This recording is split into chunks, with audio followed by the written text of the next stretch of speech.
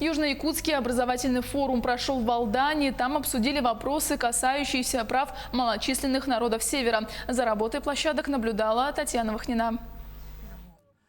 Алданские диалоги, язык, образование и культура.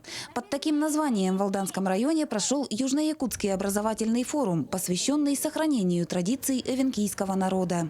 Конституционное право коренных малочисленных народов Севера на изучение и сохранение языков коренных народов, оно соблюдается.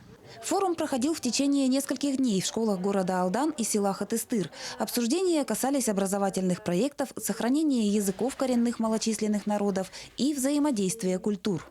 Каждый народ имеет свою историю, свою культуру, свои обряды, и это, значит, в какой-то степени стало теряться.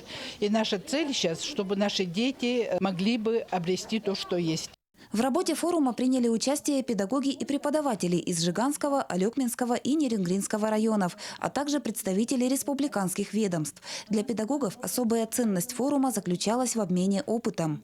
Но я бы хотела представить нашу совместную работу с детьми по внеурочной деятельности. Это создание рабочей тетради по эвенкийскому языку для 2 класса пока. В школе номер 20 села Хатыстыр работа форума проходила на нескольких площадках. Педагоги и представители республиканских ведомств обсуждали актуальные вопросы, имеющие место в отношении коренных малочисленных народов, а также рассматривали пути решения некоторых проблем.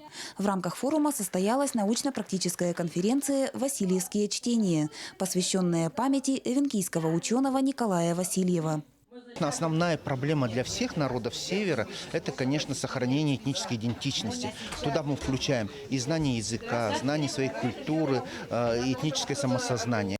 Сегодня на уровне республики уделяется большое внимание вопросам коренных малочисленных народов и, в частности, сохранению языков.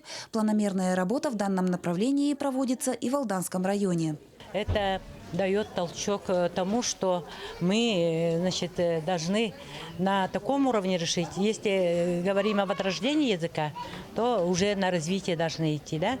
Особое внимание в обсуждениях уделялось аспекту приоритета интересов коренных малочисленных народов. Сегодня промышленное освоение земель идет интенсивными темпами. И достичь взаимопонимания в диалоге между коренным населением и недропользователями чрезвычайно важно. Постоянно с ними сотрудничаем. Вот в таких моментах они нам очень помогают. И потихоньку наша молодежь уже стала трудоустраиваться в промышленные компании. По итогам форума были выработаны рекомендации по решению комплекса проблем и сложностей. Долг современников перед предками в сохранении культуры и языка и в передаче традиций и обычаев потомкам. Татьяна Вахнина, Сергей Шипачев, Александр Лукин, Алданский район, село Хатыстыр.